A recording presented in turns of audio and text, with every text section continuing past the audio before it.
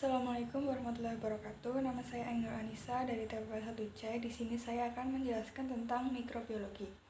Mulai dari sejarah mikrobiologi sampai dasar-dasar mikrobiologi. Mikrobiologi adalah sebuah cabang ilmu biologi yang mempelajari tentang mikroorganisme. Objek kajiannya yaitu bakteri, fungi, alga mikroskopik, protozoa, dan archaea. Virus sering dimasukkan walaupun sebenarnya tidak sepenuhnya dianggap sebagai makhluk hidup. Virus dikatakan benda mati karena dapat dikristalkan, sedangkan virus dikatakan benda hidup karena dapat memperbanyak diri atau replikasi dalam tubuh inang. Sejarah mikrobiologi dimulai sejak ditemukannya mikroskop dan menjadi bidang yang sangat penting bagi biologi setelah Louis Pasteur dapat menjelaskan proses fermentasi anggur atau wine dan membuat vaksin rabies. Penerapan mikrobiologi pada saat ini yaitu dalam bidang farmasi, kedokteran, pertanian, ilmu gizi, teknik kimia, hingga astrobiologi dan arkeologi. Era mikrobiologi umum oleh Martinus Beijering dan teknik kultur pengkayaannya. Pada teknik ini, mikroorganisme diisolasi dari alam dan ditumbuhkan di laboratorium dengan memanipulasi nutrisi dan kondisi inkubasinya. Yang kedua oleh Sergei Winogradsky dan konsep kemolitotrofi. Dengan teknik pengkayaan ia berhasil mengisolasi bakteri pengikat nitrogen. Yang ketiga, mikrobiologi modern. Pada abad ke-20 berkembang dua cabang mikrobiologi, yaitu mikrobiologi dasar dan teraplikasi. Selanjutnya, virus atau nCoV novel coronavirus, virus jenis baru dari kelompok virus corona yang biasa dikenal dapat menyebabkan penyakit pernafasan pada manusia. Common cold disebabkan oleh infeksi virus seperti coronavirus dan virus lainnya yang berperan pada infeksi pernafasan. Gejalanya terlihat sekitar 1-3 hari setelah paparan batuk yang mengandung virus. Virus bisa masuk ke sel kita karena mahkotanya dia cocok sama reseptor yang ada di sel kita. Setelah terinfeksi virus akan memperbanyak diri dalam tubuh kita dan membuat kita menjadi sakit.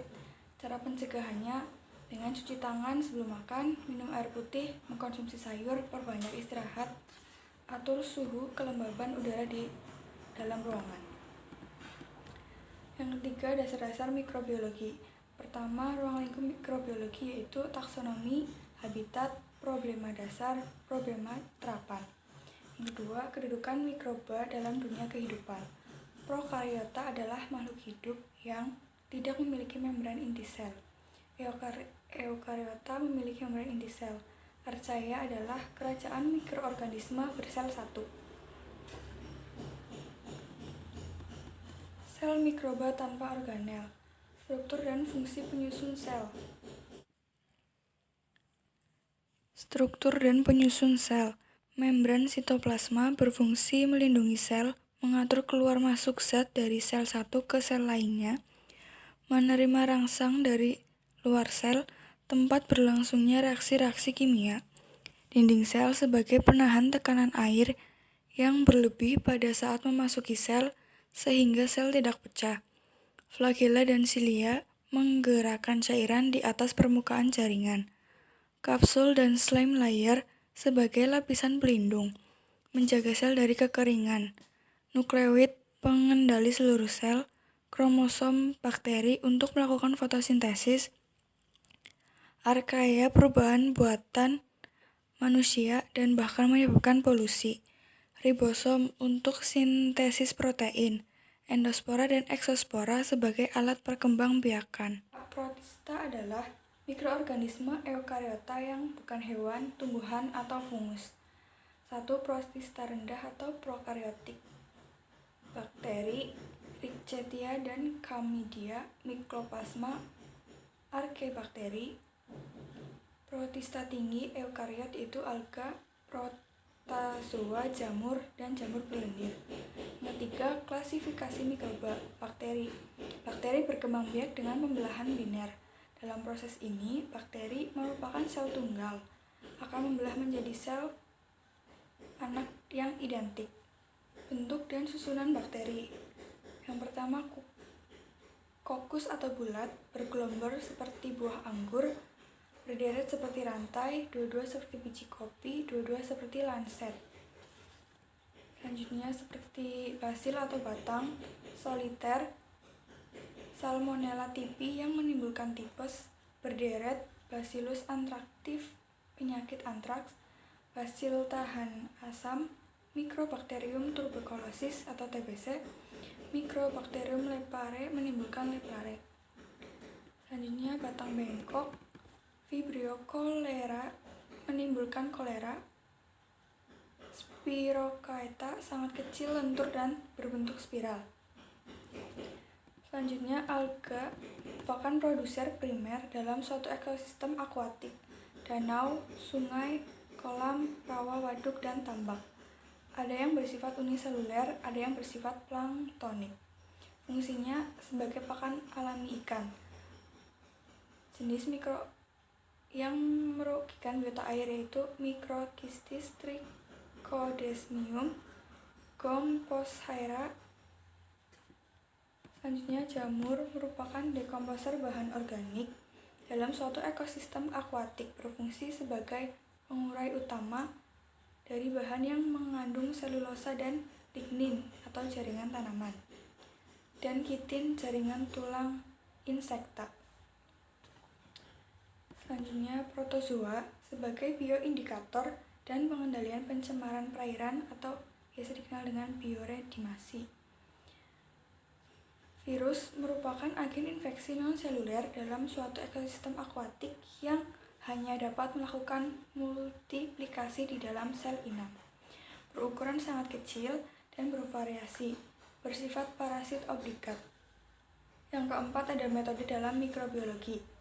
Yang pertama, metode sterilisasi secara fisik dengan pemanasan basah dengan autoklav, tindaisasi, dan pasteurisasi. Pemanasan kering dengan oven dan pembakaran. Penyinaran dengan gelombang pendek. Yang kedua, ada sterilisasi secara kimia dengan antiseptik dan alkohol. Sterilisasi secara mekanik dengan cara penyaringan. Yang kedua, ada mikroskopi. Mikroskopi cahaya pembesaran 1000 sampai 2000 kali. Mikroskop medan terang, mikroskop fase kontras, mikroskop medan gelap, mikroskop fluorensi, mikroskop elektron. Yang kelima, ada pewarnaan struktur sel, metode pewarnaan dan macamnya. Yang pertama, spora. Metodenya pewarnaan berbasis terbentuknya spora. Macamnya yaitu tipe endospora dan tipe exospora. Yang kedua, ada kapsul. Pewarnaan berbasis adanya kapsula atau lapisan luar. Pewarnaan gram negatif, pewarnaan gram positif. Yang ketiga, flagela. Pewarnaan berbasis adanya flagela. Yang keempat, inklusi. Pewarnaan berbasis adanya sintesis granula. Yang B, pembentukan spora. Di bawah keadaan yang tidak menguntungkan, beberapa bakteri membentuk spora. Bakteri tersebut antara lain Clostridium tetani, Bacillus anthractis. Sel menjadi terbungkus oleh kapsul tebal, protektif, dan metabolisme melambat. Spora sangat resisten terhadap panas dan dapat hidup dalam jangka waktu yang lama. Yang keenam dan ketujuh yaitu medium biakan dan teknik biakan murni. Media hidupnya khusus untuk virus. Untuk media mati selain virus, media cair. Yang kedua, media padat, cair plus agar. Yang ketiga, media setengah padat. Selanjutnya, pertumbuhan dan perkembangan mikroorganisme. Pertumbuhan adalah pertambahan secara teratur semua komponen di dalam sel hidup. Faktor-faktor yang mempengaruhi pertumbuhan: tersedianya nutrien, tersedianya air, suhu dan pH, tersedianya oksigen, adanya zat penghambat, adanya jasa trenik yang lain. Nutrien dibutuhkan sebagai sumber karbon, sumber nitrogen, sumber energi sebagai faktor pertumbuhan vitamin dan mineral. Tersedianya air merupakan bagian terbesar dari komponen sel. Selain itu, air dibutuhkan sebagai reaktan dalam berbagai reaksi biokimia. Suhu.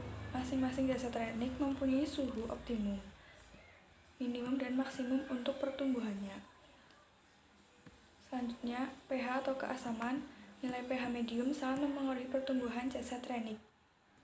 Sekian, terima kasih. Wassalamualaikum warahmatullahi wabarakatuh.